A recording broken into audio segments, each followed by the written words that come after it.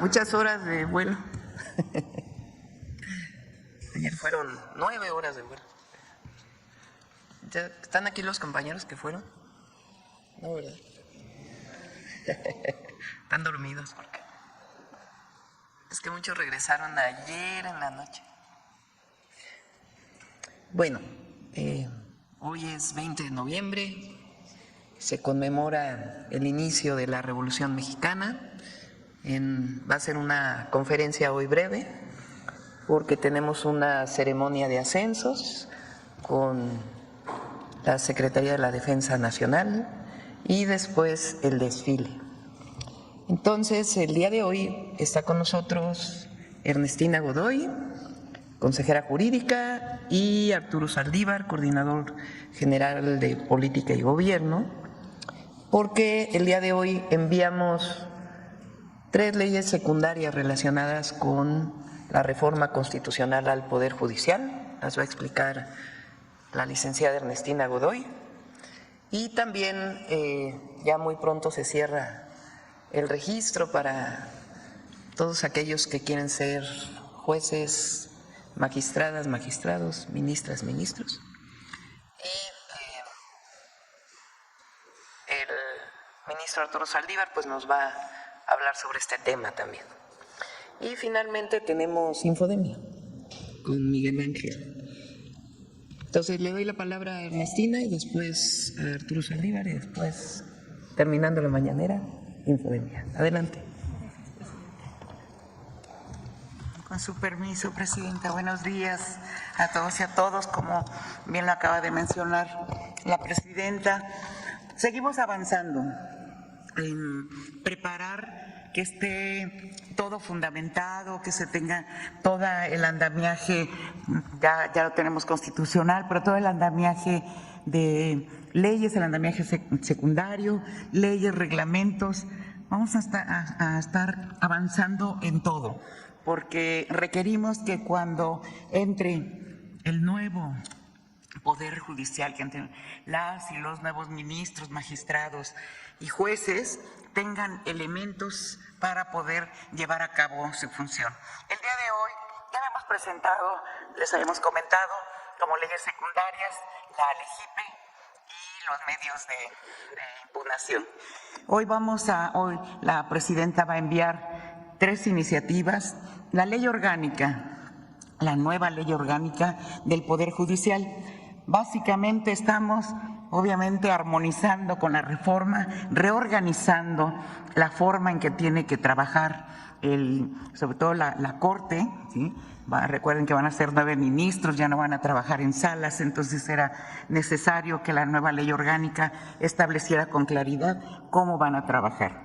Y también, muy importante, se encuentran de una manera muy clara cuáles son las facultades del Tribunal de Justicia, del Tribunal de Disciplina Judicial. Esto con la idea de que no exista arbitrariedad, hay todo un procedimiento que se tiene que seguir, cuáles son los supuestos en los que tiene que actuar este tribunal. Recuerden que va a estar conformado por 5 personas, ¿sí? 5 personas que van a ser electas también el año que entra y van a tener la calidad de magistrados. Se establece claramente cómo van a ser las supervisiones al trabajo de todos los integrantes del Poder Judicial. Insisto, tiene que haber certeza de cómo se va a trabajar y lo estamos estableciendo en esta nueva ley orgánica. Y obviamente todo lo que tiene que hacer el órgano de administración. Recuerden que se divide el Consejo de la Judicatura en el tribunal y en el órgano de administración. Está claramente establecido cómo van a funcionar un órgano y otro. También estamos poniendo a firma, la Presidenta lo va a enviar, la ley de carrera judicial.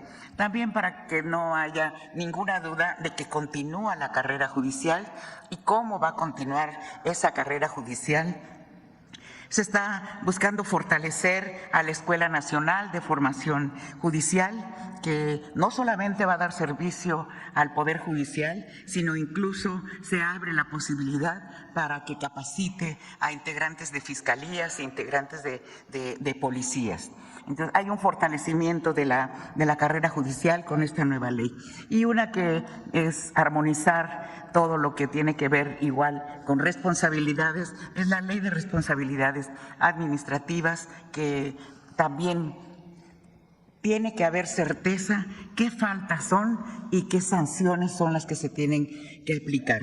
Por primera vez va a haber esta supervisión, va a haber este espacio que es el tribunal, en el que van a poder decir, tómalo un juez, ¿no? También recuerden, no se le están dando facultades al tribunal de quitar las resoluciones, sino de imponer en todo caso las faltas y, de ser necesario, llevar ante Ministerio Público si es que hubiera alguna posibilidad de algún delito. Son 3 leyes importantes. Estamos avanzando en la elaboración sobre todo de las leyes procesales. Recuerden que en la reforma constitucional se les da un plazo para los casos en materia penal de 1 año, y en los casos de materia fiscal de 6 meses. Es necesario dotar de herramientas a los jueces también para que puedan cumplir con esos tiempos. Vamos muy avanzados, esperemos en los próximos días presentar ante la presidenta ya lo que serían las iniciativas de las leyes procesales. Es cuanto. Muchas gracias, presidenta. Con su permiso, presidenta. Buenos días a todas y a todos. Como ustedes saben, estamos ya inmersos en la implementación de la reforma judicial.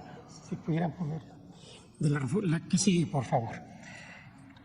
Aquí vienen las fechas importantes. El día de hoy quiero destacar que el 24 de noviembre, el próximo domingo, 5 días contando el de hoy, para que se puedan inscribir, registrar y participar en esta gran elección. Esta reforma, como lo ha venido sosteniendo la presidenta, es una de las reformas más transformadoras en la historia de México. Tenemos el reto de transformar el Poder Judicial para lograr una justicia más cercana, más humana, más sensible, más plural, más democrática. Y para eso requerimos la participación de todas y de todos los abogados de México en esta primera etapa. Reitero la convocatoria para que se inscriban, para que se registren. Requerimos los mejores perfiles a las y los jóvenes abogados.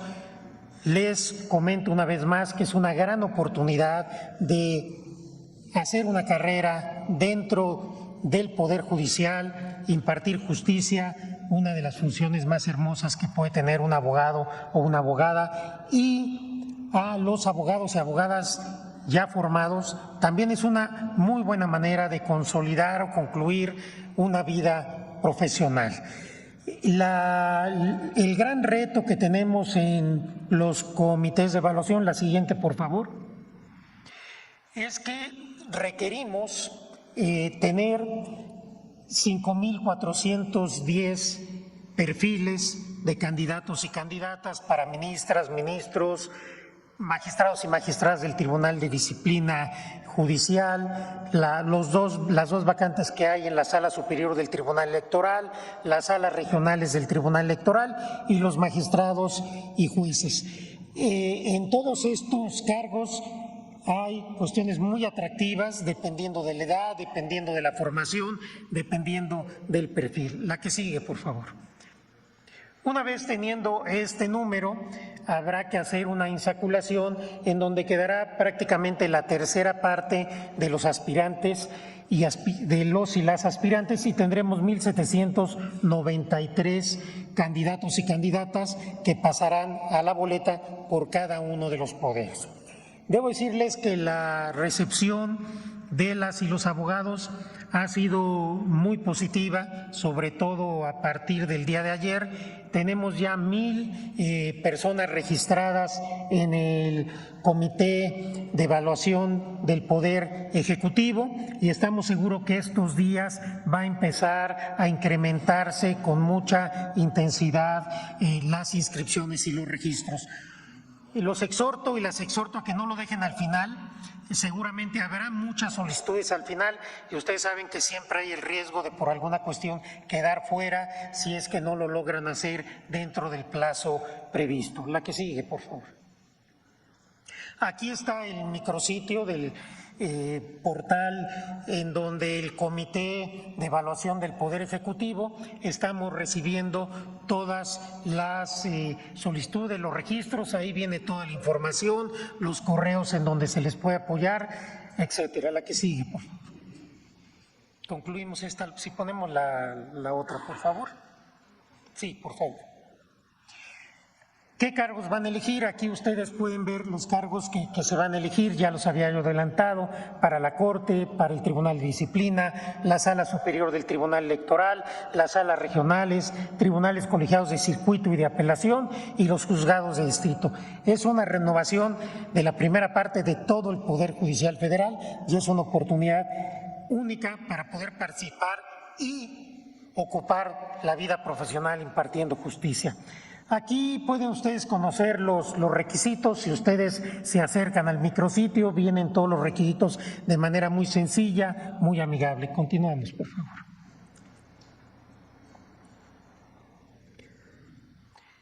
Reitero, aquí está el micrositio, se pueden registrar para cualquiera de los cargos. Mi sugerencia es que entren al micrositio, vean la convocatoria, vean los requisitos, qué documentos tienen que acompañar. Una vez que ustedes accesen al micrositio con la documentación que se les requiere, el trámite dura aproximadamente 5 minutos. Aprovechen esta oportunidad, vamos muy bien, los números son buenos, es lógico que la primera semana hubiera pocas inscripciones porque toda la gente está buscando sus ensayos, elaborando sus ensayos, buscando sus cartas de recomendación, en fin, todos los requisitos que se requieren, pero a partir de ahora estamos teniendo muchos registros, muchas inscripciones, no se queden afuera, aprovechen la oportunidad e inscríbanse lo antes posible para evitar cualquier contratiempo. Vamos a concluir con un pequeño video. Llegó el momento. Tú puedes ser parte de la transformación del Poder Judicial. Participa en la convocatoria para elegir a las y los nuevos ministros y ministras, magistradas y magistrados, jueces y juezas. Regístrate antes del 24 de noviembre en registraeleccionjudicial.adyt.gov.mx. Gobierno de todas y todos los mexicanos. Gobierno de México. Construyamos entre todas y todos el nuevo Poder Judicial que exige y merece el pueblo de México. Muchas gracias. Gracias, presidente. Bueno, pues esta es la información el día de hoy. A ver acá.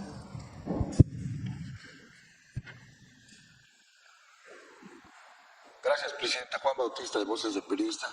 En primer lugar, preguntarle cómo se sintió en esta reunión internacional, la primera de gran calado, dirían los marineros, y cómo piensa que se recibió su propuesta en contra del armamentismo, de la industria militar y en favor de los que menos tienen y contra el hambre. Pues México es un gran país, somos un gran país. Y siempre la presencia de México es bien recibida en estos foros internacionales. Son espacios que ayudan a las reuniones bilaterales para hacer acuerdos y además pues la propia reunión del G20, que en este caso tuvo muchos invitados, países invitados que no son parte del G20, entonces en realidad fue una reunión que se llama multilateral porque vienen muchos países, muy importante. Ahora, yo creo que lo más importante y más en este momento es el llamado a la paz. Y no solamente vino de México, sino de muchos países, particularmente de América Latina, pero también de otras regiones del mundo. El documento que sale pues es un documento muy general que se venía trabajando desde antes, Nuestra propuesta pues tiene que ver con, fíjense, destinar el 1%. Son 2.4 billones de dólares que se destinaron en el 2023.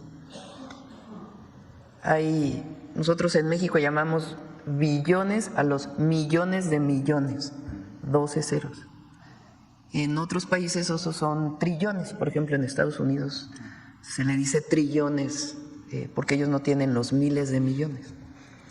Entonces, para quien lo mide de esa manera estamos hablando de 2.4 trillones de dólares. México ya destina 1.700 millones de dólares. El próximo año van a ser cerca de 39,000 millones de pesos para el programa Sembrando Vida. Y recuerden que estamos apoyando a través de Amexid a familias en Guatemala, El Salvador y Honduras para demostrar que cuando se apoya a las familias y se atiende a las causas, disminuye la migración. Es una visión humanitaria. Entonces la propuesta, el planteamiento es 1%, solo el 1%, destinarlo a 6 millones de sembradores y sembradoras que van a permitir sembrar lo que representaría, por ejemplo, de 3 a 4 veces la superficie de Dinamarca o de 3 países centroamericanos juntos. Entonces es una propuesta que contiene una visión pacifista, una visión ambientalista y una visión de justicia social. Entonces, en esta reunión del G20 fue bien recibida y la idea es que el canciller lo pueda seguir promoviendo en otras reuniones multilaterales. Ahora, el llamado hoy siempre pues es a la paz, a que los conflictos bélicos no resuelven nada, para eso está hecha la política internacional y los organismos internacionales. Entonces, pues es un llamado también a la paz, que vino de muchos países. Fue una reunión importante, interesante, y pues este llamado a la paz que también vino de la propia reunión del G20. En el tema económico, hoy se presenta en la Cámara de Diputados el presupuesto, bueno, para su análisis, y en la parte económica le está yendo muy bien a la economía mexicana, 35 millones de dólares en este trimestre, también con una percepción al alza de un 9%, el peso se mantiene por 5 jornadas, ¿no?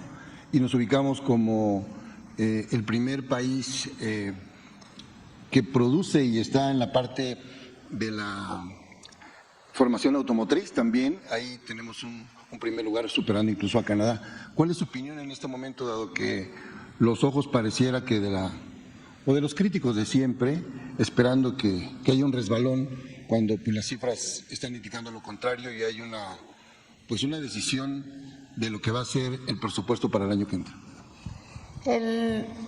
Van a venir a la mañanera el lunes toda la Secretaría de Hacienda para poder presentar las características de la ley de ingresos y el presupuesto que se está presentando, el paquete global que se está presentando. El objetivo del presupuesto, que hoy en efecto el secretario de Hacienda lo presenta al Congreso, es seguir invirtiendo, garantizar todos los programas de bienestar, los que ya están en la Constitución, los que vienen en la Constitución y los 3 nuevos programas de bienestar. La Secretaría de Bienestar tiene un presupuesto como de 550,000 millones de pesos, pero en realidad todos los programas de bienestar juntos son cerca de más de 700,000 millones de pesos, incluidos los 3 nuevos programas: el apoyo a mujeres de 60 a 64, el apoyo a niños y niñas, la beca universal, que el próximo año inicia con secundaria, y el programa de salud casa por casa para las y los adultos mayores. Además, que es importante, se ha dicho que el presupuesto en salud baja, es falso. El tema es que ahora aparece directamente en el IMSS Bienestar. El año pasado todavía aparecía una parte en lo que se llamaba INSABI y ahora viene completo para las 23 entidades de la República que ya están en el IMSS Bienestar, Entonces hay que sumarle al presupuesto de salud lo que está en el IMSS Bienestar. En el caso de educación hizo un comunicado la Secretaría de Hacienda, hubo un tema ahí ahora les platico otras cosas, hubo una reducción en una parte que tiene que ver con los trabajadores de confianza. ¿Se acuerdan que hablamos del 5% de reducción en el gobierno central? Y ahí hicieron una reducción también en lo que tenía que ver con universidades públicas, cosa que se va a corregir porque no debe ser así. Está ya la subsecretaría de Egresos y el secretario de Hacienda trabajando con la presidenta de la Comisión de Presupuesto para que está muy claro cómo resolver ese tema. Entonces el presupuesto en educación aumenta y el presupuesto que viene en las universidades de bienestar, que viene un aumento significativo, es para las universidades de bienestar y también de ahí lo que significa la nueva Universidad Rosario Castellanos y la Universidad de la Salud, está en ese capítulo presupuestal. Aumenta el presupuesto en vivienda. Entonces, si se fijan, los grandes derechos, los programas de bienestar, educación, salud, vivienda, aumenta el presupuesto. El presupuesto en inversión pública es de alrededor de 550,000 millones de pesos. Es un presupuesto muy importante para trenes, carreteras, agua. Esta disminución que se ve en el presupuesto de medio ambiente tiene que ver con que con agua, está asociado a medio ambiente, y terminan todas las obras estratégicas del presidente López Obrador, que fueron 15 obras estratégicas, y este año, el 2025, pues inician las nuevas obras estratégicas. Entonces, una parte pues es los proyectos ejecutivos, entonces ahí hay una pequeña disminución que tiene que ver con esto, pero está contemplado los proyectos estratégicos de los que habíamos hablado. En carreteras también se terminaron los proyectos estratégicos, tiene que haber una parte para los proyectos ejecutivos, pero también hay presupuesto y está el presupuesto de los trenes para terminar Tren Maya con el tren de carga, el interoceánico con la línea K, está el presupuesto para los nuevos trenes a Querétaro y a Nuevo Laredo y hacia el Pacífico. Y el tren México-Pachuca ya está contemplado ahí, entonces hay presupuesto de inversión. Ahora, ¿qué hacemos? Por ejemplo, tomé la decisión de que no aumente el salario en los 6 años que estemos aquí de la presidenta ni de todos los funcionarios, servidores públicos de confianza de alto nivel. No va a haber aumentos en términos ni reales ni nominales. Se mantiene el salario de la presidenta, de todos los secretarios, de todos los directores generales, de todos los jefes de unidad.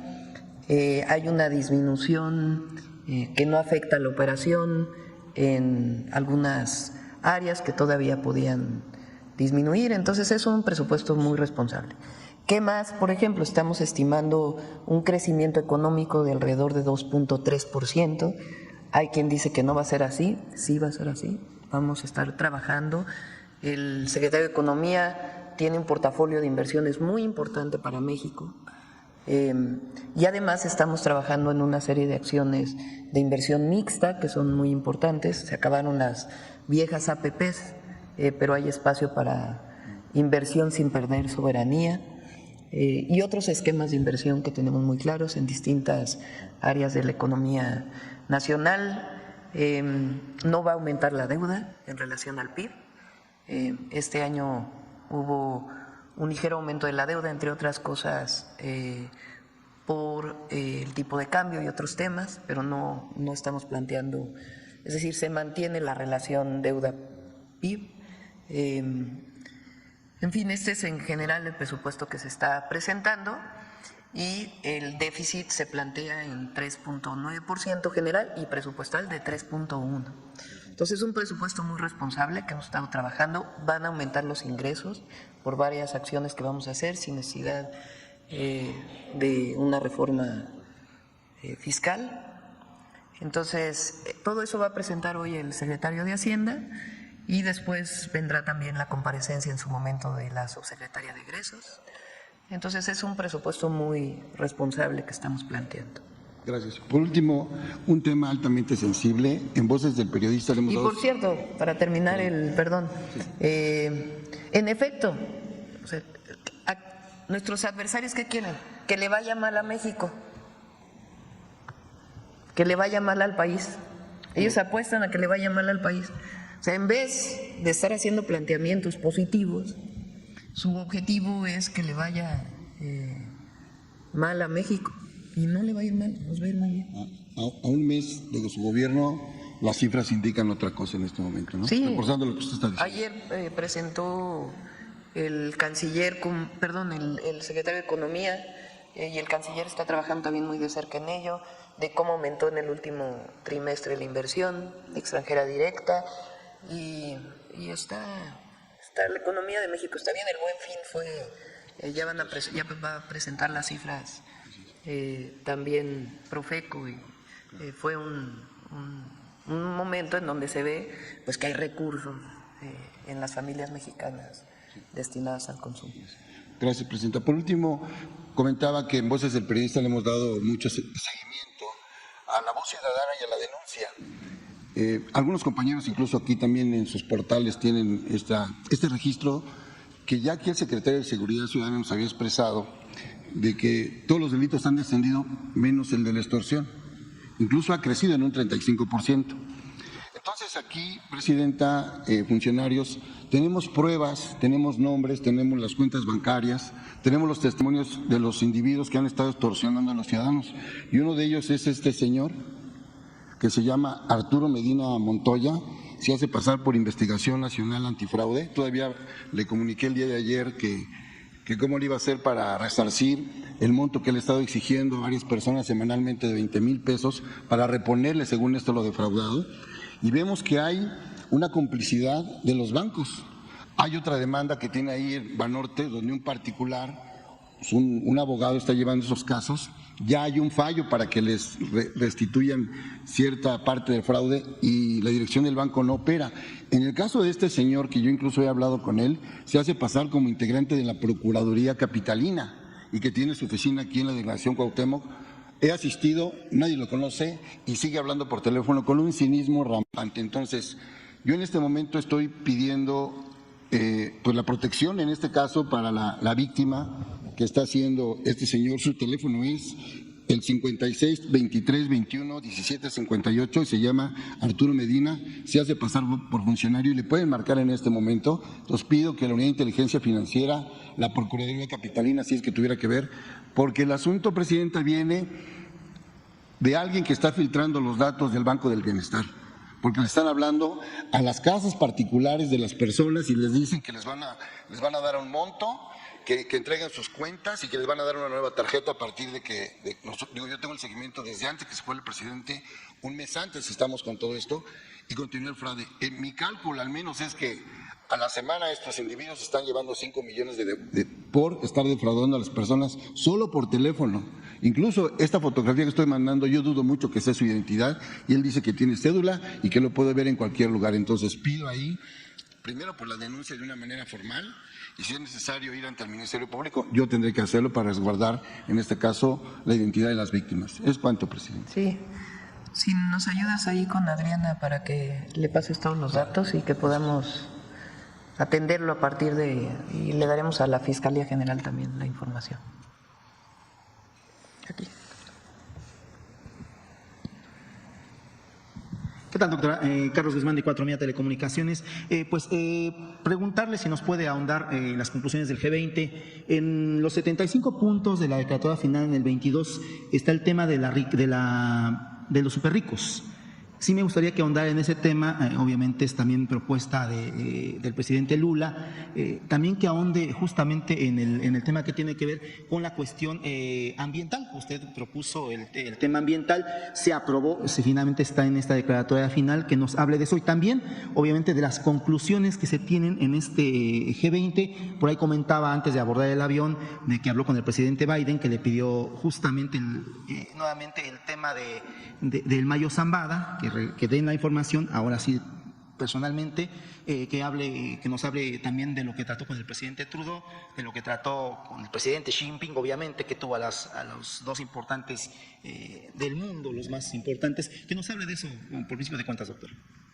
Sí, la declaración del G20 es muy general, venía trabajándose desde hace tiempo. Esta propuesta de la que hablas, que es una propuesta del presidente Lula, es importante y fue planteada en el G20, pero las conclusiones son muy generales. Y yo destacaría principalmente por el momento que estamos viviendo entre esta tensión entre Ucrania y Rusia, el llamado a la paz, que es fundamental en estos momentos. Y vamos a seguir trabajando en todos estos reuniones, organismos, en esta propuesta que estamos planteando, que viene en términos generales, pero no viene tal cual la presentamos, de igual manera con otras propuestas que hicieron otros presidentes o primeros ministros. Viene en términos generales, pero hay que aterrizarle y lo vamos a seguir haciendo en todos los organismos multilaterales que hay y que es indispensable, y lo vamos a presentar frente al presidente Trump en su momento. Es una propuesta humanista y de protección al medio ambiente y al mismo tiempo que disminuye la migración, es decir, atiende a las causas de fondo, no tiene algo negativo relacionado con la propuesta que planteamos. Entonces, la vamos a seguir desarrollando y planteando en distintos foros. Tuvimos reuniones bilaterales, dos importantes, pues con el presidente de Estados Unidos, el presidente Biden, y el primer ministro de Canadá. En ambas reuniones hablamos de la importancia del TEMEC, de cómo beneficia no solamente en este caso a México, sino es un tratado que beneficia a Estados Unidos y que beneficia a Canadá. Canadá estuvo totalmente de acuerdo. Hablamos de que es importante que haya un documento que hable de los beneficios para Estados Unidos, los beneficios para México y los beneficios para Canadá del tratado, que es algo importante para cuando nos sentemos en su momento con el presidente Trump, sea de manera directa o con los equipos. Hablamos también pues de el privilegiar la relación comercial entre América del Norte, con lo cual pues estamos de acuerdo, y al mismo tiempo pues tener relaciones comerciales con otros países del mundo. En efecto, al presidente Biden le planteé que era importante para México tener toda la información relacionada con la reciente captura. Le escuchó, no tuve una respuesta directa, pero escuchó la propuesta y me dijo que lo iba a revisar. Y hablamos pues en general ya de cuestiones de que su esposa estuvo aquí, de la importancia de la educación. Su esposa se dedica a la educación, es maestra, cuestiones más generales y digamos personales de lo que fue la toma de posesión y la presencia de su esposa, y le agradecí por supuesto nuevamente esa presencia. Con el presidente de China hablamos de la relación que existe con China. Le planteé de manera directa que nosotros teníamos un acuerdo comercial con Norteamérica, pero que había espacio para la relación con China, que era muy importante, y también aproveché para agradecerle nuevamente todo el apoyo que recibió México durante el huracán Otis, por todos los enseres que fueron enviados y entregados directamente a las familias de Acapulco y de Coyoacán de Benítez. Esencialmente fueron las reuniones. Después nos reunimos con el presidente Petro, ahí hablamos también de varios temas, temas de, por ejemplo, ellos están interesados de cómo el ejército o los ingenieros militares participan en las obras estratégicas. Ya hay una primera relación y planteo que se incremente. Y otros temas importantes de la relación. Tuvimos oportunidad de vernos juntos 4 países de América Latina: Brasil, Colombia, Chile y México. la importancia de trabajar conjuntamente, somos gobiernos progresistas y hablamos de la importancia de seguir manteniendo esta relación. Fue una muy buena, y México es bien visto por todos los países. Oiga, en el caso de Brasil, por ahí hay todo parece indicar que es el director del Banco de Brasil, que ya por ahí en redes sociales, que se tomó la foto con usted, con el presidente Lula, que ya está anunciando que va a estar en México, incluso su secretaria de Economía, le da, más bien de Energía, le da la bienvenida. No sé si nos puede hablar de esto. El director del banco se llama... ¿no será el del BID? Jan Wolfing, o Wolfing. Les informo posteriormente. Y también aprovechar el tema de las bilaterales con el ministro Trudeau. Se habló sobre este diferendo que hay entre, si no mal recuerdo, es los encargados de la provincia de Alberta y también de, si no mal recuerdo, es Quebec, que hablan sobre de que se debe sacar a México del TEMEC. Él no está de acuerdo con eso. Él está de acuerdo en mantener el tratado entre los tres países y fortalecer las relaciones, y por eso le hicimos este planteamiento, que es muy importante poner en blanco y negro, como se dice, con datos muy concretos de cómo beneficia el tratado que fue firmado con el propio presidente Trump en su momento, y estaba también el primer ministro de Canadá en su momento cuando se firmó, y estaba justo la transición entre el presidente Peña y el presidente Andrés Manuel López Obrador, de los grandes beneficios que ha tenido para los tres países. Porque hay esta idea de que se ha beneficiado México solamente, o de que se ha beneficiado Canadá. Estados Unidos se ha beneficiado de una manera muy importante con este tratado. Entonces, es muy importante escribir todo eso, nosotros ya lo estamos haciendo, y también la importancia de las y los mexicanos en Estados Unidos. Siempre van a tener nuestro apoyo, nuestros paisanos y paisanas, pero además las y los mexicanos en Estados Unidos son trabajadores de primera, trabajadoras de primera, y contribuyen de manera muy importante a la economía de Estados Unidos. Y todo eso es muy importante que quede en blanco y negro. Eso es lo que ya tenemos prácticamente listo este documento para el momento en que hablemos con Estados Unidos. Todos aquellos que dicen que estamos tomando a la ligera la llegada del presidente Trump, nosotros siempre vamos a ser positivos en la idea de que va a haber buena relación, pero estamos trabajando en todos los aspectos, y lo primero pues es mostrar qué representan las y los mexicanos en Estados Unidos para el bien de México, pero para el bien de Estados Unidos, de su economía. Cómo contribuyen las y los mexicanos a la economía de Estados Unidos, que es fundamental, porque frente a lo que se ha hablado de las deportaciones, ¿quién va a tener los mayores problemas? Estados Unidos. Entonces, todo eso es lo que vamos a presentar, y por supuesto siempre vamos a apoyar a nuestros paisanos. Fue parte de lo que hablamos con el primer ministro de Canadá, y en su momento hablaremos con el equipo del presidente Trump. Y ya muy rápido, tema legislativo, con dos variantes. Primero, el día de hoy se da primera lectura a lo que es la desaparición de autónomos, como ya lo decía aquí el compañero, pero me llama la atención, no sé si le consultó Ricardo Monreal, que es el presidente de Jucopo, en Cámara de Diputados, en el tema de lo que tiene que ver con la desaparición tanto del IFT de Telecomunicaciones y la COFESE. Todo parece indicar que hubo un enroque de última hora en el cual estos organismos se van a fusionar. Hablan que esto se haría por el tema del TEMEC, para respetar el TEMEC, no sé si le consultaron, y ya muy rápido, pues su respuesta a Jorge Romero le responde, le pide que le compruebes el tema de lo del cártel y todo ese tipo de cuestiones. Muchas gracias, doctor. Sí, sobre qué es lo que estamos planteando, si se hizo una modificación a la propuesta original de solamente, la CRE, por ejemplo, se integra a energía, de manera clara, va a ser se llama organismo desconcentrado, que va a tener a su cargo todo este tema de los permisos de las funciones de la CRE, y tiene independencia técnica. No es lo mismo un organismo autónomo que tiene independencia total,